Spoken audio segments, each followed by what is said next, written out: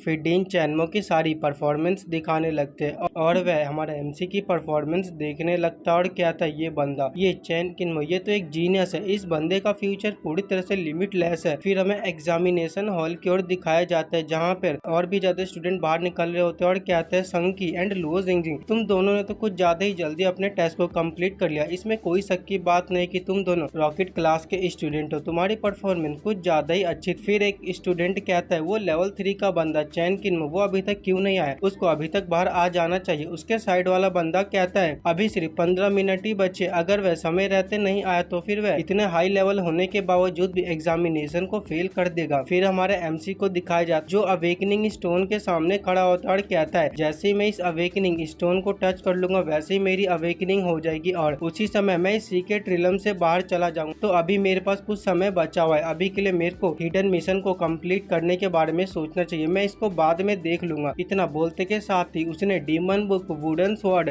और ऐसे ही करके क्रिस्टल स्वॉर्ड और 2 आइटम और निकाल लिए होते और फिर एंड में वहाँ पर एक स्कल को रख देता और कहता है तो फाइनली मेरा ये रिचुअल पूरी तरह से तैयार है। इतना करने के साथ ही एमसी कहता है मैं तुमको समन करता हूँ और फिर वहाँ पर कुछ चीज समन होने लगती है, वहाँ पर पर्पल कलर की एनर्जी चारों ओर फैलने लगती है और वो कहता है आखिर किसकी हिम्मत हुई मेरे को मेरी नींद से डिस्टर्ब करने की, किसकी हिम्मत हुई मुझे ही जगाने की, क्या तुम मेरे हाथों से मरना चाहते हो। और वह फाइनली अपीयर हो जाता है। एमसी उसको देख के कहता है ये वही है ग्रेट मॉन्स्टर तमान, ये लेवल 3 का इलाइट मॉन्स्टर है जो डिमोनिक रेस से बिलोंग करता है, ये बहुत ही ज्यादा पावरफुल है। वो डिमोनिक वॉरियर एमसी को देख के कहता है क्या तुम ही हो जिसने मेरे को उठाया, तुम्हारी इतनी हिम्मत कि तुम मेरे को जगा सको। इतना बोलते के साथ ही उसने अपनी स्वॉर्ड को जमीन में धसा दी होती है, जैसे ही वो स्वॉर्ड जमीन के अंदर धसती है जमीन के अंदर से वोल्केनो निकलने लगते हैं और हमको दिखाया जाता है वहाँ पर एक बहुत ही बड़ा ब्लास्ट होता है, आसपास की सारे चट्टान व चकनाचूर हो जाते हैं। एमसी कहता है इसमें कोई शक की बात नहीं है कि एक हिडन बॉस है, तमान को सबसे ज्यादा एडवांटेज है स्ट्रेंथ में, इसीलिए ये बहुत ही ज्यादा पावरफुल है, बट इसकी एक वीकनेस है और वह है एजिलिटी। मैं इसको अपने अंडर ले लूंगा और इसको अटैक करने का बिल्कुल भी मौका नहीं दूंगा, मेरे पास स्पीड है, मैं उसका फायदा उठाते हुए इसको वहीं पे हरा दूंगा। तमान बॉस मॉन्स्टर ने हमारे एमसी के ऊपर अटैक करते हुए कहता है लड़के अब तू मेरे हाथों से मर जा। एमसी भी पूरी तरह से तैयार होता है उससे फाइट करने के लिए और इतना बोलते के साथ ही उसने अपनी सैंड थ्रो नाम की स्किल को एक्टिवेट करके उसके मुंह के ऊपर सैंड मारता है जिससे कि उसके आंखों में सैंड चला जाता है और वह वहां पर कुछ भी नहीं देख पा रहा होता है, बट फिर भी उसने अपनी दोनों आंखों से सैंड निकालने की कोशिश करता है और पीछे से अपनी स्वॉर्ड को निकाल रहा होता है एमसी से अटैक करने के लिए। हमारा एमसी अपने मन में कहता है यहाँ तक कि ये सैंड इतनी ज्यादा स्ट्रांग नहीं है, बट फिर भी इस जैसे हैवी मॉन्स्टर को हराने के लिए इतना काफी रहेगा, मैं इसको बड़ी आसानी से हरा दूंगा। लेकिन जो तमान होता है वह एमसी के कंट्रोल वाले स्किल से छूट जाता है, जो देखकर एमसी कहता है ये तो सच में हिडन बॉस होने के लायक है, लेकिन अब ये मेरी बारी है। और फिर उसने अपने एक प्राइमरी इक्विपमेंट को निकाल लेता है जो एक बॉम्ब होता है। इतना बोलते के साथ ही उसने उस चीज को जमीन में रख के एक्टिवेट कर देता है और फिर उसकी ओर जाते हुए कहता है मैं स्लाइड करते हुए इसकी ओर जाऊंगा, ये मेरे को बिल्कुल भी छू नहीं पाएगा क्योंकि ये बहुत ही ज्यादा भारी है, इसके पास इतनी स्पीड नहीं है कि ये मेरे ऊपर अटैक कर पाएगा। और सेकेंडली जैसे ही मैं इसके पास पहुंच जाऊंगा, पहुंचने के साथ ही मैं इसके ऊपर पंच मारूंगा। इतना बोलते के साथ ही उसने तमान को एक पंच मारता है और वो पंच काफी ज्यादा पावरफुल होता है, तमान के मुंह से खून निकलने लगता है जिसके कारण वह कुछ समय के लिए वहीं पे फ्रीज हो जाता है, वह कुछ समझ नहीं पा रहा होता है, वह कुछ कर नहीं पा रहा होता है। एमसी कहता है बहुत अच्छा, ये मेरे लिए ग्रेट अपॉर्चुनिटी है, मैं इसको बिल्कुल भी गंवाने नहीं दूंगा। इतना बोलते के साथ ही वह उसके सींग को पकड़ता है और फिर वह अपने डैगर को निकालता है और उसने अपने डैगर को उसके सर के अंदर घुसा दिया होता है और साथ ही में उसके ऊपर वह किक मारता है जिसके कारण तमान मॉन्स्टर वह उसी इक्विपमेंट पे गिरने लगता है। इक्विपमेंट से बीप बीप आवाज आने लगते है, जैसे ही वो तमान मॉन्स्टर उस इक्विपमेंट के ऊपर गिरता है हमको दिखाया जाता है वहाँ पर एक बहुत ही बड़ा ब्लास्ट होता है। फिर तमान को दिखाया जाता है जिसकी हालत काफी ज्यादा बुरी होती है, वह लगभग मर ही चुका होता है, वह बहुत ही ज्यादा घायल होता है। एमसी उसको देख के कहता है अब ये बिल्कुल भी खड़ा नहीं हो पाएगा, मेरा यह अटैक काफी ज्यादा कारगर था। और फिर उसने अब फिर से 2 डैगर को निकाल लेता है और वह दोनों डैगर को उसको फेंक के मारता है। वो दोनों डैगर जाके उसकी बॉडी के अंदर घुस जाते हैं। एमसी उससे कहता है इससे कोई फर्क नहीं पड़ता तुम कितने ज्यादा स्ट्रांग हो, जब तक तुम इस बैटल फील्ड के कारण रिस्ट्रिक्टेड हो तब तक तुम मुझे बिल्कुल भी हर्ट नहीं कर पाओगे। तो ठीक है, फिर अब समय हो गया तुम्हारा मरने का। इतना बोलते के साथ ही उसने अपनी मशीन गन को सामने निकाल लेता है। और उसके बाद होना क्या था, फिर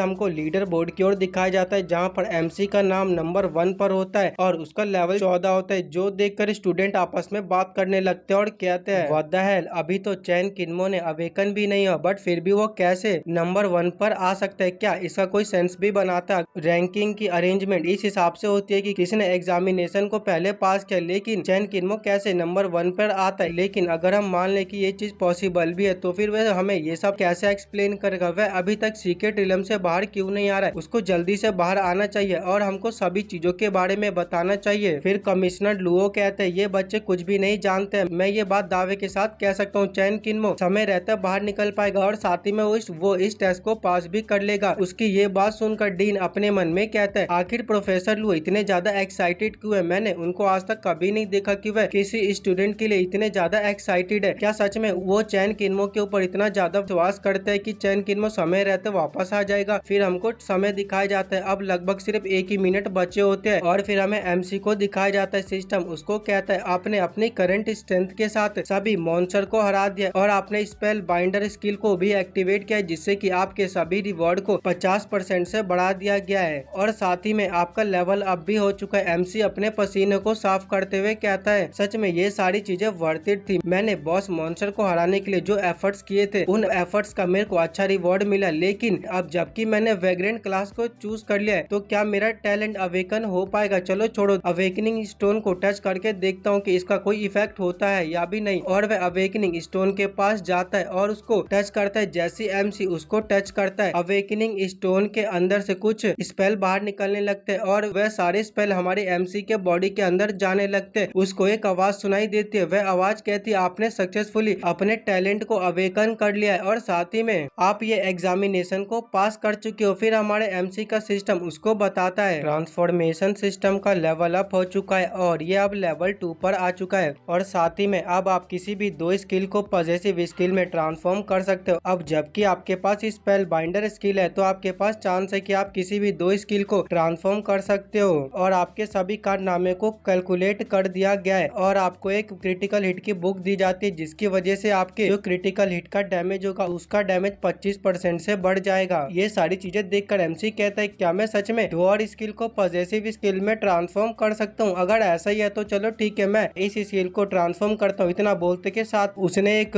ग्लेटिंग गन की नाम की स्किल को पॉजिटिव स्किल में ट्रांसफॉर्म कर दिया होता है। सिस्टम उसको बताता है कि जब भी आप इस गन की हेल्प से किसी के ऊपर अटैक करोगे तो 25% चांस है कि गन का हिट डायरेक्ट जाके उसको लगेगा। एमसी ये चीज देखकर काफी ज्यादा खुश हो जाता है और कहता है डैम, अगर मेरी गन का हिट 100% हुआ तो मैं काफी सारे मॉन्स्टर को हरा सकता हूँ, मैं फ्यूचर में अपने से और भी ज्यादा हाई लेवल के मॉन्स्टर को हरा सकता हूँ। जब भी हम अपने सेम लेवल वाले मॉन्स्टर के साथ तो फाइट करते हैं तो हमारे जितने भी एट्रीब्यूट होते हैं वह ऑटोमेटिकली सप्रेस्ड कर दिए जाते हैं, स्पेशली हमारा हिट और क्रिटिकल हिट, जिसकी वजह से हम मॉन्स्टर के साथ फाइट नहीं कर पाते और हम मॉन्स्टर के द्वारा मारे जाते। लेकिन पॉजिटिव स्किल में ऐसा बिल्कुल भी नहीं है, जब तक मैं जिंदा हूँ तब तक मैं मॉन्स्टर को मार सकता हूँ। मेरा ये पॉजिटिव स्किल काफी ज्यादा अच्छा है। इतना बोलते के साथ ही वह अपने सिस्टम की ओर देख रहा होता है जहाँ पर सिर्फ एक ही स्पॉट बचा होता है। एमसी कहता है अब मेरे पास एक ही स्पॉट बचा है तो मेरे को एक ऐसी स्किल को चूज करना होगा जिसकी वजह से मैं अपने ओवरऑल कॉम्बैट पावर को बढ़ा सकता हूँ। इतना बोलते के साथ ही उसने एक एयरबोर्न नाम की स्किल को चूज कर लेता है। सिस्टम उसको बताता है आपकी इस स्किल को पॉजिटिव स्किल में ट्रांसफॉर्म कर दिया जाता है और इसका नाम वाइड व्हीप स्किल होता है। इस स्किल की हेल्प से जो भी एनिमी 10 मीटर की रेंज में होगा तो आप उसके ऊपर अटैक करोगे तो वो एनिमी जरूर आपके हाथों से मारा जाएगा। एमसी कहता है अगर मैं इसको एयरबोर्न नाम की स्किल से कंपेयर करूँ तो ये उससे काफी ज्यादा अच्छी है, क्योंकि एयरबोर्न स्किल में हमारी काफी ज्यादा एनर्जी खर्च होती है, लेकिन वाइड सीप स्किल में ऐसा बिल्कुल भी नहीं होता, इसमें कम एनर्जी लगती है और हम मल्टीपल एनिमी को भी हरा सकते हैं। सिस्टम जल्दी से मेरे करंट स्टेट पॉइंट को दिखाओ और फिर सिस्टम एमसी के करंट स्टेट पॉइंट को दिखाता है जो अगर आप लोग पढ़ना चाहो तो पढ़ सकते हो।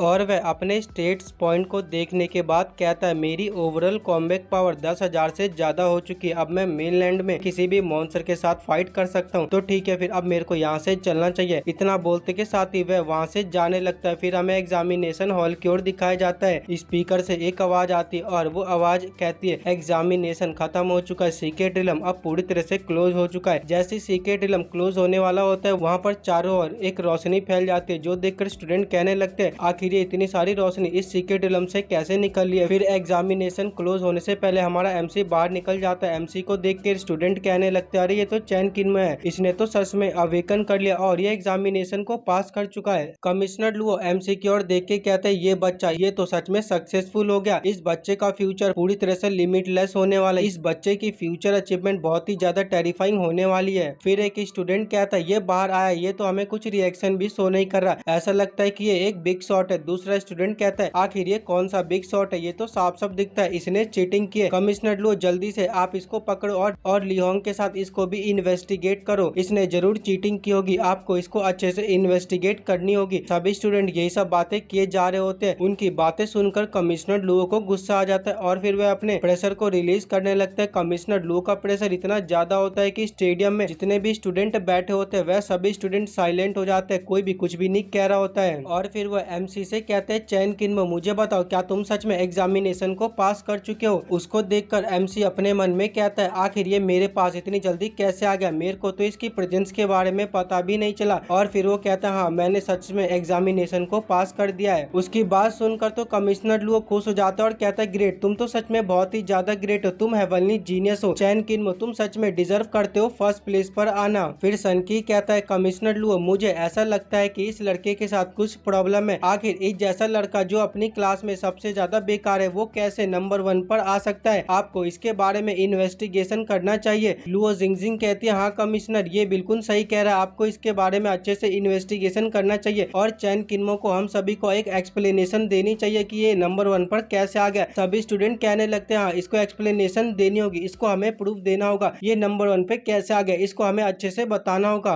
उन सभी की ऐसी बात सुनने के बाद कमिश्नर लुओ गुस्से में कहते हैं तुम सभी बेवकूफ कहीं के, तुम सभी बंच ऑफ फ्रॉग, तुम्हें कुछ भी आइडिया नहीं है। क्या तुम जानते हो कि चैन किन्मो फर्स्ट क्यों आया? चैन किन्मो फर्स्ट प्लेस पर इसलिए आया क्योंकि उसने बॉस मॉन्स्टर को हरा दिया और साथ ही में उसने एक हिडन बॉस मॉन्स्टर को हराया। तो फिर मुझे बताओ अगर ये फर्स्ट प्लेस पे आना डिजर्व नहीं करता है तो फिर तुम में से ऐसा कौन है, तुम में से ऐसा कौन है जो फर्स्ट प्लेस पे आना डिजर्व करता है? हिडन बॉस का नाम सुनकर तो सभी लोग पूरी तरह से कंफ्यूज हो जाते हैं और लुओ जिंगजिंग कहती है क्या हिडन बॉस, क्या यहाँ पर सच में हिडन बॉस एग्जिस्ट करता था? हिडन बॉस के बारे में तो टेक्स्ट बुक्स में भी कुछ भी नहीं लिखा था और साथ ही में चैन किन्मो को इस बारे में कैसे पता था? फिर हमें रॉकेट क्लास की टीचर को दिखाया जाता है जिनका नाम जुओ किन होता है। वो कहती है एक वीक स्टूडेंट जो नॉर्मल क्लास से है वो नंबर 1 पर आ गया, ये तो कुछ इस तरह है कि इसने हम सभी के मुंह पे तमाचा मार दिया और ये हमसे कह रहा है कि इसने हिडन बॉस मॉन्स्टर को हरा दिया। आखिर यहाँ पर चल के रहा है, क्या इसको सच में ऐसा लगता है कि हम इसकी बातों पे विश्वास कर लेंगे? इसने जरूर चीटिंग की होगी। और फिर वो एमसी के पास आती है और कहती है अगर यहाँ पर हिडन बॉस मॉन्स्टर था तो फिर तुमने इस बारे में हम सबको क्यों नहीं बताया? और मेरे को तुम ये बताओ तुम्हें हिडन बॉस मॉन्स्टर के बारे में कैसे पता चला? तुम्हें कैसे पता चला कि वहाँ पर एक हिडन बॉस मॉन्स्टर था? हमारा एमसी उसकी ओर देखता और कहता है मुझे ये बताओ आखिर मैं तुम्हें क्यों बताऊं? उसकी ये बात सुनकर तो जुओ किन वो तो पूरी तरह से हैरान हो जाती है और उसको एमसी के ऊपर गुस्सा आ रहा होता है। फिर बाकी के स्टूडेंट कहने लगते हैं वो रॉकेट क्लास की सबसे ज्यादा यंगेस्ट टीचर है, वो हमारे पूरे अकेडमी में यंगेस्ट टीचर है और चैन किन्मो की इतनी हिम्मत कि वो उनको ऐसे ह्यूमिलेट कर सके। क्या चैन किन्मो अपने आप को कुछ ज्यादा ही समझता है? टीचर जुओ किन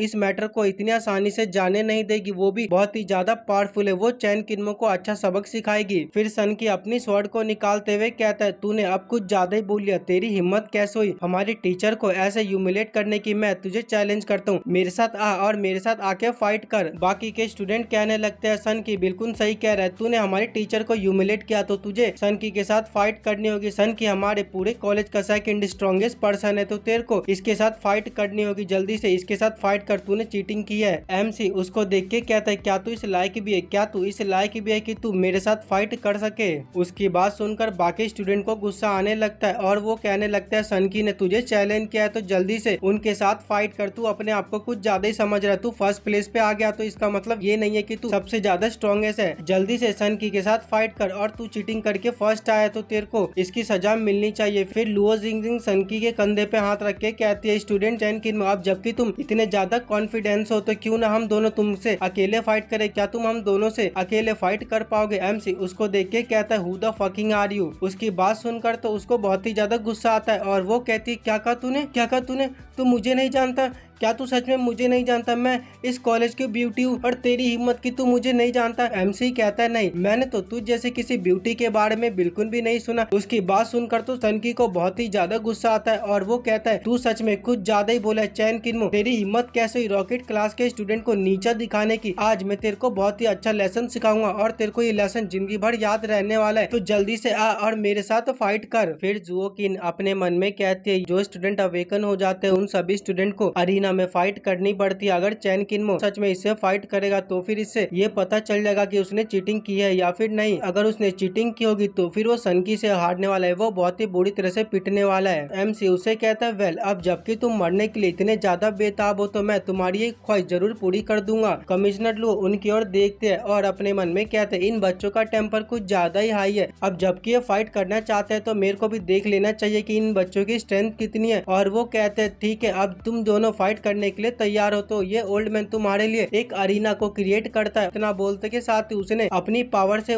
एक अरीना को क्रिएट कर दिया होता है। कमिश्नर लुओ कहते हैं मैं उम्मीद करता हूँ कि तुम दोनों अच्छे से फाइट करोगे और एक दूसरे को ज्यादा इंजर्ड नहीं करोगे। सनकी कहता है कमिश्नर लुओ आप इसके बारे में परवाह मत कीजिए, हम अच्छे से फाइट करेंगे। और सनकी MC से कहता है मैं ये उम्मीद करता हूँ कि तुम अच्छे से मुझसे फाइट करोगे। MC बड़ी तेजी से स्टेडियम के ऊपर चला जाता और कहता है तू फालतू बकवास करना बंद कर, अब जल्दी से आ और मेरे साथ आके फाइट कर। उसकी बात सुनकर सनकी ने अपने पिनेकल स्पीड को एक्टिवेट कर दिया होता है और वह फुल स्पीड से स्टेडियम के ऊपर जाते हुए कहता है अब जबकि तुम इतने ज्यादा कॉन्फिडेंस हो तो ठीक है आज मैं तुम्हें हरा के ये साबित कर दूंगा कि रॉकेट क्लास के स्टूडेंट सबसे ज्यादा स्ट्रॉन्ग होते हैं। सनकी को देखकर बाकी के स्टूडेंट कहने लगते तुम देख रहे हो ना स्वॉर्ड्समैन की सिग्नेचर स्किल है डिस्प्लेसमेंट। मैंने तो कभी सोचा नहीं था कि सीनियर सनकी इस लेवल पे पहुंच जाएंगे। वह अभी जिस लेवल पर है उस लेवल के बारे में हम तो सोच भी नहीं सकते, वो तो सच में बहुत ही ज्यादा पावरफुल है। हमें सनकी को दिखाया जाता है जो MC की ओर अटैक करते हुए कहता है लड़के अब तुम मर जा, लेकिन हमारा MC उस अटैक से बच जाता है और कहता है क्या बस तेरे पास इतना ही था, तू बस इतना ही पावरफुल है। MC को डॉज करता हुआ देखकर बाकी के स्टूडेंट कहने लगते अरे ये तो डॉज कर गया, ये तो सच में सीनियर सनकी के अटैक से बच गया। दूसरा स्टूडेंट कहता है इसमें सरप्राइज होने की क्या बात है, वो अवेकन हो चुका है तो उसके पास थोड़ी बहुत एबिलिटी तो होगी कि वह अपने आप को बचा सकता है, लेकिन तुम देखते रहो जीतेगा तो सनकी है जो यहाँ पर जीतने वाला है। सनकी उससे कहता है ओ तुम मेरे इस अटैक से बच गए, तुम ये मत समझो कि ये मेरा सबसे ज्यादा पावरफुल अटैक था, मैं बस थोड़ा सा ओवर कॉन्फिडेंस हो गया था, लेकिन अब मैं तुम्हारे ऊपर हल्का बिल्कुल भी नहीं जाने वाला हूँ। इतना बोलते के साथ उसने MC के ऊपर एक और अटैक कर देता है, लेकिन हमारा MC उस अटैक से बच जाता है। और फिर सनकी MC के ऊपर एक और अटैक करता है, लेकिन हमारा MC उस अटैक से बच जाता है और वह हवा में उड़ने लगता है। फिर सनकी ने अपनी स्किल डिस्प्लेसमेंट को एक्टिवेट कर देता है, जैसे कि वह वहाँ पर थोड़ा थोड़ा गायब होने लगता है और गायब होने के बाद बड़ी तेजी से MC के ऊपर अटैक करता है। हमको दिखाया जाता है वहाँ पर एक बहुत ही बड़ा ब्लास्ट होता है जो देखकर सभी कहने लगते हैं देखा जैसा कि एक्सपेक्टेड था सनकी जीत चुका है, उसने चीटिंग की थी इसीलिए तो वह हमारे सनकी से हार गया। हमें कमिश्नर लू का फेस दिखाया जाता है जो काफी ज्यादा सीरियस होते हैं। सनकी कहता है मेरे इस सिग्नेचर अटैक से कोई भी नहीं बच पाता है, आज तक कोई भी ऐसा नहीं हुआ है जो मेरे इस अटैक से बच पाए। लेकिन वो आगे कुछ कह पाता, उसके फेस के ऊपर एक किक पड़ता है और हमको पता चलता है ये किक किसी और ने नहीं बल्कि हमारे MC ने मारी होती है। MC के किक से वो दूर गिर जाता है। MC को देखकर सभी पूरी तरह से हैरान हो जाता है और कहने लगते हैं क्या ये लड़का सेफ है, इसको कुछ भी नहीं हुआ है। और फिर हमारे MC ने अपनी पॉजेसिव स्किल को एक्टिवेट कर लेता है, अपने पॉजेसिव स्किल रिपल स्लैश से उसके ऊपर अपना एक रिपल स्लैश मारता है जिससे कि सनकी वहीं पर हार जाता है और वहीं पे गिर जाता है। और MC उससे कहता है तुम्हारी पिनेकल चीज तो सच में बेकार थी, अगर मैं उसको अपने एजिलिटी से कंपेयर करूँ तो वो मुझसे बहुत ही ज्यादा स्लो है।